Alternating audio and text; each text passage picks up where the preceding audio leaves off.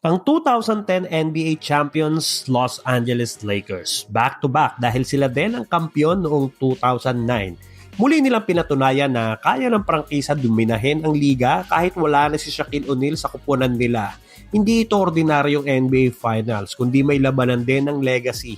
Dahil ang kalaban nila, ang pinakamatagal na karibal ng Lakers sa loob ng ilang dekada, ang Boston Celtics na may Big 3. Actually, hindi lang Big 3 yon dahil bukod kila Paul Pierce, Kevin Garnett at Ray Allen, nasa Celtics na din ang batang floor general Rajon Rondo at defensive enforcer na si Rasheed Wallace.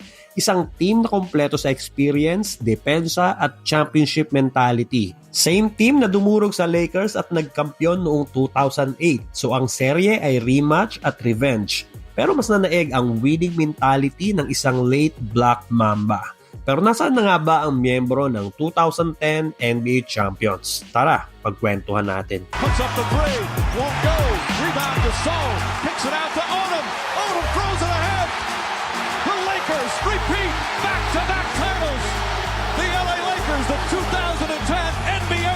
Ang head coach ng team ay ang legendary coach na si Phil Jackson. Pero nakwento ko na sa Chicago Bulls episode natin kung nasaan na siya ngayon. Pakicheck na lang yung video kung di mo pa napapanood. Pero sa mga player ng Lakers, unahin na natin si Adam Morrison. Bench player role sa 2010 Lakers. Pero kasama sa back-to-back champs bilang miyembro din ng 2009 Lakers. Baka kilala nyo yan, third overall pick noong 2006 NBA Draft. Serious knee injury ang halos pumigil sa paglabas ng potential niya.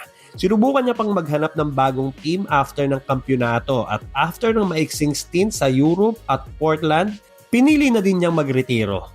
Bumalik siya sa Gonzaga University para tapusin ang kanyang degree at kalauna naging color commentator ng kanilang college team. Naging podcast host, assistant coach at ngayon, tahimik lang naninirahan sa Washington kasama ang kanyang pamilya.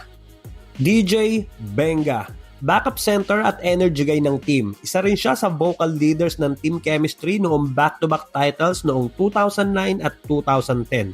After ng kampyonato, nagpalipat-lipat na siya ng team, NBA at overseas like China at maging dito sa Pinas.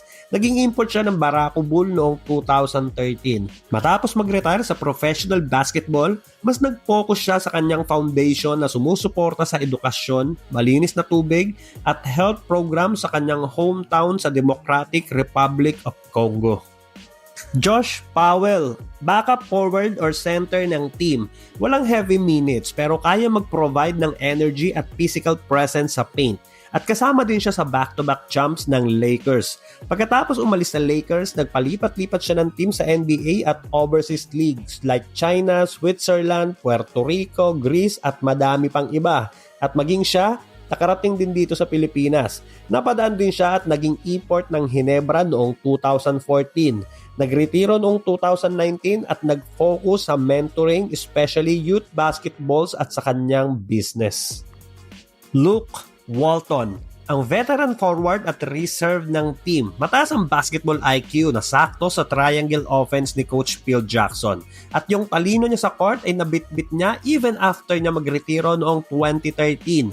Naging assistant coach ng Golden State Warriors hanggang naging head coach ng Los Angeles Lakers. Pero ngayon, part na siya ng coaching staff ng Detroit Pistons. Jordan Farmar, ang primary backup point guard ng 2010 Lakers. Key reserve na nagbibigay ng energy, pace at outside shooting off the bench. Ang fan favorite dahil madalas magic bunot. Nagpalipat-lipat na din ang team after ng 2010 campaign. Naglaro din sa Israel at Turkey hanggang nag-retire na din noong 2016. Ngayon, isa na siyang contractor, hindi na mga ghost projects, kundi na mga luxury homes sa Las Vegas. Big time. Ito isa sa mga paborito ko, Shannon Brown, backup shooting guard. Kilala sa kanyang athleticism, defensive energy at mga high-flying dunks. Pag umupo si Kobe, asahan mo na papasok na si Shannon Brown. At matik, mag-aabang ka na ng highlights. Nagstay pa siya sa Lakers hanggang 2011 at naging journeyman na din after. At nag-retire noong 2018. Nagkaroon ng kaso noong 2020 na aresto at wala nang gaanong balita sa kanya after nun. Pero paminsan-minsan lumalabas sa sports content at interviews pero hindi na gaanong aktibo sa NBA o kahit anong coaching roles. Sasha Bojacic, kilala bilang The Machine, isang maaasahang reserve guards ng Lakers, nagbibigay ng energy at floor spacing. Siya yung originally kapalitan ni Kobe, pero nabawasan yung role noong 2010 dahil sa pagdating ni Shannon Brown. Pero madalas siyang maalala sa Game 7 ng 2010 NBA Finals, nung isecure niya ang dalawang sobrang importanteng free throws para maisil ang kanilang back-to-back championship. Na-trade siya sa Nets after ng kanilang 2010 campaign, pero pinili na din maglaro overseas. Pero nagkaroon siya ng NBA comeback, tapos balik overseas. Ngayon, nasa wine business na si Sasha. Kasama ang kanyang pamilya na pinapamahalaan ang winery nilang Alexander Wine. Gumawa din siya ng sarili niyang basketball academy na nagtuturo sa mga young athletes. Lamar Odom, ang 6-man at versatile forward ng 2010 Los Angeles Lakers. Isa siya sa pinakamalulupit na 6-man sa history ng NBA. Kahit may katangkaran, mabisa ito sa ball handling, passing, rebounding at 3-point shooting.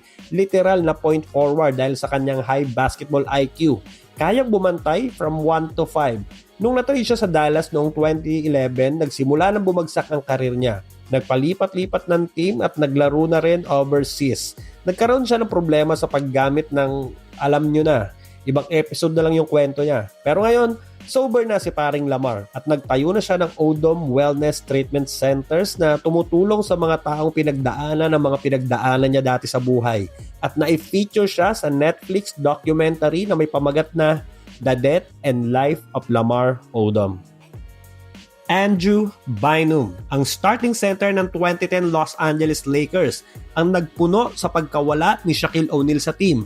Kahit nagkakaroon ng mga injury sa tuhod, naglaro pa rin siya sa buong playoffs at tumulong sa Lakers na manalo ng back-to-back title.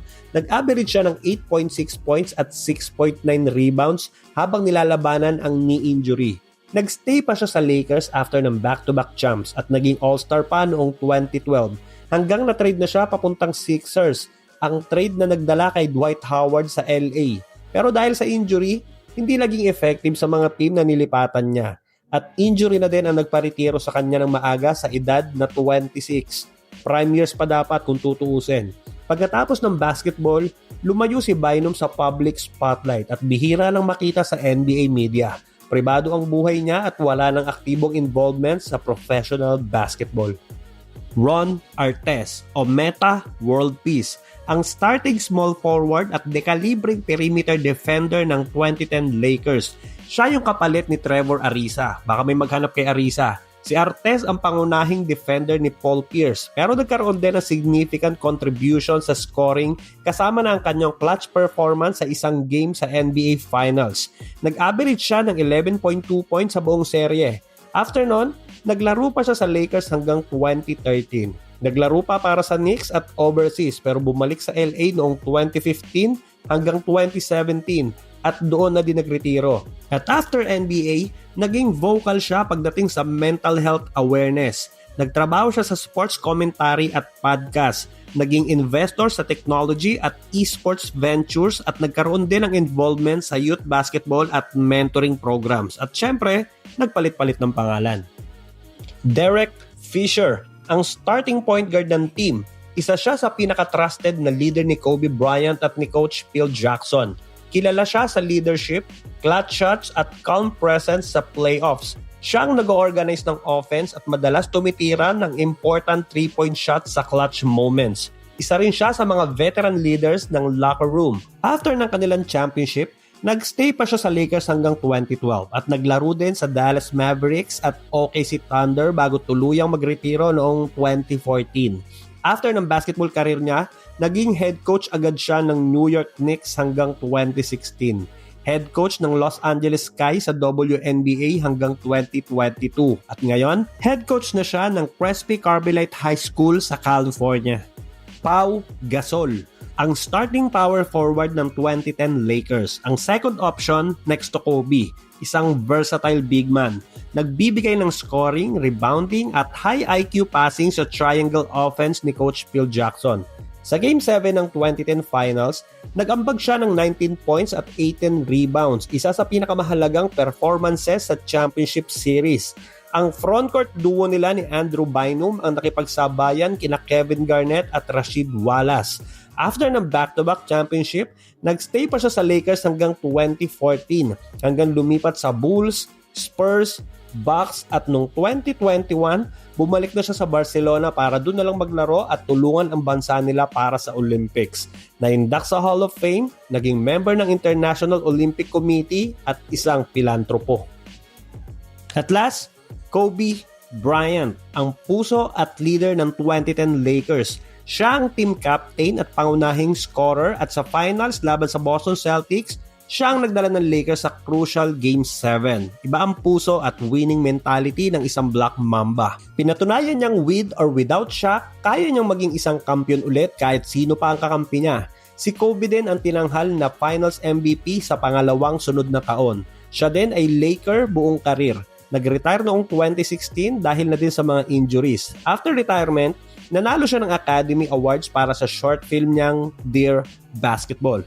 Nagtatag ng multimedia company, naging aktibo sa mentorship sa madaming WNBA at NBA players like Kyrie Irving, Jason Tatum, Devin Booker at iba pang youth kasama ang anak niyang si Gigi sa Mamba Sports Academy. Certified Hall of Famer. Pero sa alam naman nating lahat na maalam na si Kobe Bryant noong 2020 sa isang helicopter crash sa California kasama pa ang anak niyang si Gigi at iba pang teammates. So, yan ang bumubuo sa 2010 NBA Champions Los Angeles Lakers. Isang koponan na hindi lang basta nanalo ng kampyonato, kundi nag-iwan ng marka sa kasaysayan ng NBA. Taas kamay ng mga Kobe at Laker fans dyan. Pa-like and share naman ang video at baka naman, paki-subscribe na din ang ating channel para sa mga susunod pang NBA Kwentuhan.